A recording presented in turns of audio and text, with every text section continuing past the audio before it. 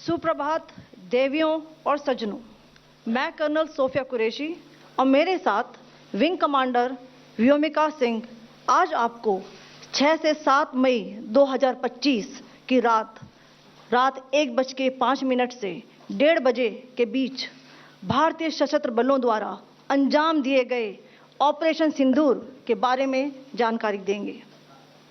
Operation सिंदूर 22 अप्रैल को पहलगाम में हुए विभत्स आतंकवादी हमले के शिकार मासूम नागरिकों व उनके परिवारों को न्याय देने के लिए लॉन्च किया गया था। इस कार्रवाई में சிந்தூர் என்பது பஹல்காம் பயங்கரவாத தாக்குதலில் பாதிக்கப்பட்டவர்களும் அவர்களின் குடும்பத்தினருக்கு நியாயம் வழங்குவதற்காகவே தொடங்கப்பட்டது। पाकिस्तान में पिछले 3 दशकों से टेरर इंफ्रास्ट्रक्चर का निर्माण हो रहा है। பாகிஸ்தானில் கடந்த 30 ஆண்டுகளாகவே பயங்கரவாத அமைப்புகளுக்கான நிர்மாணம் என்பது தொடர்ந்து நடைபெற்று வருவதோடு அவர்களுக்கு தொடர்ந்து பயிற்சியும் பாகிஸ்தானில் வழங்கப்பட்டு வருகிறது। कश्मीर POJK दोनों में फैले हैं। Operation Sindoor was launched by Indian Armed Forces to deliver justice to the victims of Pahalgam terror attack and their families. 9 terrorist camps were targeted and successfully destroyed. Over the last 3 decades, Pakistan has systematically a complex web of recruitment and indoctrination centers, training areas for initial and refresher courses, and launch pads for handlers. These camps are located both in Pakistan as well as Pakistan-occupied Jammu and Kashmir areas. பயங்கரவாதிகள் இந்த முகாம்கள் அனைத்தும் பாகிஸ்தான் மற்றும் பாகிஸ்தான் ஆக்கிரமிப்பு காஷ்மீர் பகுதி என இரண்டிலும் அமைந்திருந்தது। They are distributed from Savai Nala in the north, counting to approximately 21, ending at Bhagalpur to the south. इन लक्ष्यों का चयन विश्वसनीय इंटेलिजेंस सूचनाओं के आधार पर हुआ ताकि आतंक गतिविधियों की रीढ़ तोड़ी जा सके और यह खास ध्यान दिया गया कि निर्दोष नागरिकों और सिविलियन इंस्टॉलेशन को नुकसान न पहुंचे। The selection of these targets for Operation Sindoor was based on credible intelligence inputs and role of these facilities in operating the locations were so selected to avoid damage to civilian infrastructures and loss of any civilian lives. This was done with due diligence, and the camps selected for targeting and their engagement will now be shown to you one by one. POJK के target मैं आपको बताना चाहूंगी। सबसे पहले सवाई नाला camp Muzaffarabad, जो कि मुजफ्फराबाद उள்ள सफाई नाला कैंप पूरी வைக்கப்பட்டது। यह एक लश्कर-ए तौयबा का ट्रेनिंग सेंटर था। இது லஷ்கர்-இ तैयबा அமைப்பினுடைய பயிற்சி மையமாகும்। 24 अक्टूबर 24 गुलमर्ग, 22 अप्रैल 2025 पहलगाम, इन हमलों के आतंकियों ने यहीं से प्रशिक्षण लिया था। सैयदना बिलाल कैंप मुजफ्फराबाद, यह एक जैश मोहम्मद का स्टेजिंग एरिया है। முசாஃபராபாத்தில் இருக்கக்கூடிய ஜெய்ஷ் இ முகமது இயக்கத்தினுடைய பயங்கரவாத பயிற்சி முகாம்। गुलपुर कैंप कोटली, यह LOC से 30 किलोमीटर दूर था। लश्कर-ए तौयबा का எல்லை கட்டுப்பாட்டு கோடு பகுதியிலிருந்து சுமார் 30 கிலோமீட்டர் தொலைவில் இது அமைந்திருக்கிறது।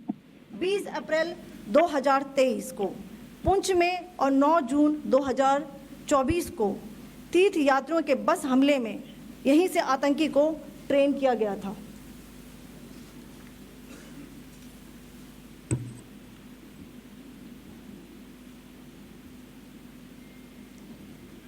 बरनाला कैंप बिम्बर, ये LOC से 9 किलोमीटर दूर है। यहाँ पर அடுத்ததாக பர்னாலா முகாம், இது எல்லை கட்டுப்பாடு கோடு பகுதியிலிருந்து சுமார் 9 கிலோமீட்டர் தொலைவில் அமைந்திருக்கிறது। அப்பாஸ் கேம்ப் கோட்லி, அடுத்ததாக கோட்ல இருக்கக்கூடிய அப்பாஸ் முகாம், यह LOC से 13 किलोमीटर दूर है। இது எல்லை கட்டுப்பாடு கோடு பகுதியிலிருந்து 13 கிலோமீட்டர் தொலைவில் அமைந்துள்ளது। इसकी कैपेसिटी 15 टेररिस्ट को ट्रेन करने की थी। இங்கு சுமார் 15 பயங்கரவாதிகளுக்கு பயிற்சி அளிக்கப்பட்டு வந்தது।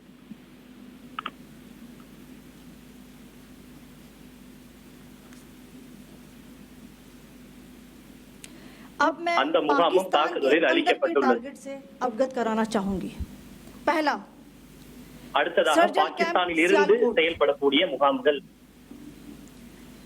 यह अंतर्राष्ट्रीय सीमा से 6 किलोमीटर की दूरी पर है, सांबा कठुआ के सामने.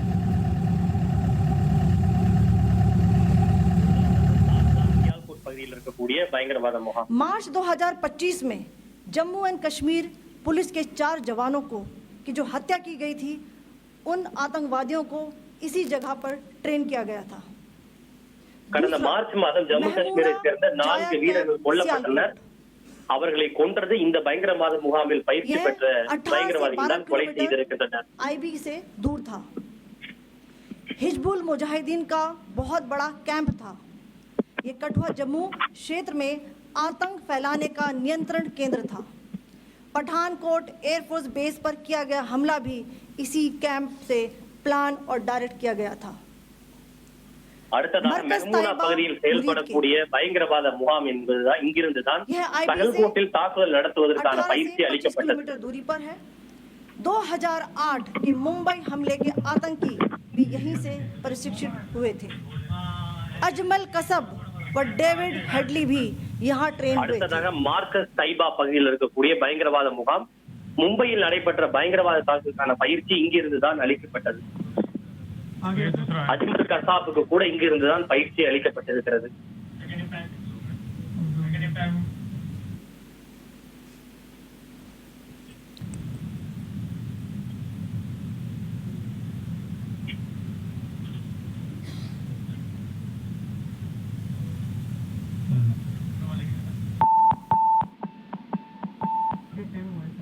टारगेट 10 एंक्लोजर सेम ही है.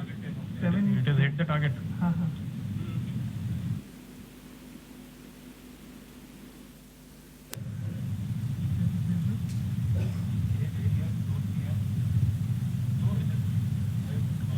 तीसरा आ गया sir. Impact. Okay take one this is towards the लग रहा है. स्टेबलाइज कर रहा अभी नहीं कॉल हुआ है. अभी राइट.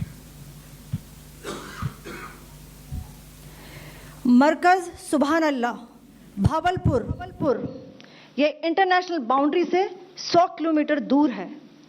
जैश ए मोहम्मद का मुख्यालय था. यहाँ पर பகுதியில் செயல்படக்கூடிய பயங்கரவாத அமைப்பு இது சர்வதேச எல்லை கட்டுப்பாடு கூட பகுதியிலிருந்து சுமார் 100 கிலோமீட்டர் தொலைவில் அமைந்திருக்கிறது.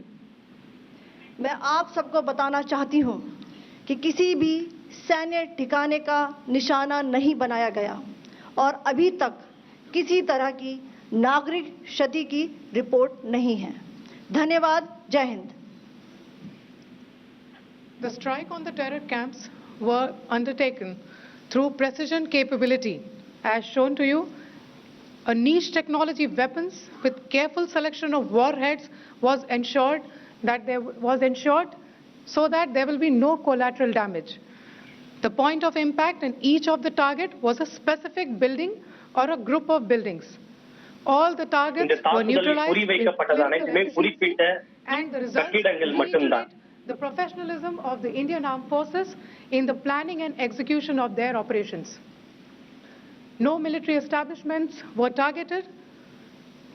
இந்த தாக்குதலில் பாகிஸ்தானினுடைய எந்த ராணுவ அமைப்புகளும் குறிவைக்கப்படவில்லை. In its response, however, it must be said that the Indian Armed Forces are fully prepared to respond to Pakistani misadventures if இந்திய ராணுவம் இந்த தாக்குதலில் அதன் திட்டம் மற்றும் செயல்படுத்துவதில் முழு தொழில்முறையை பின்பற்றியது.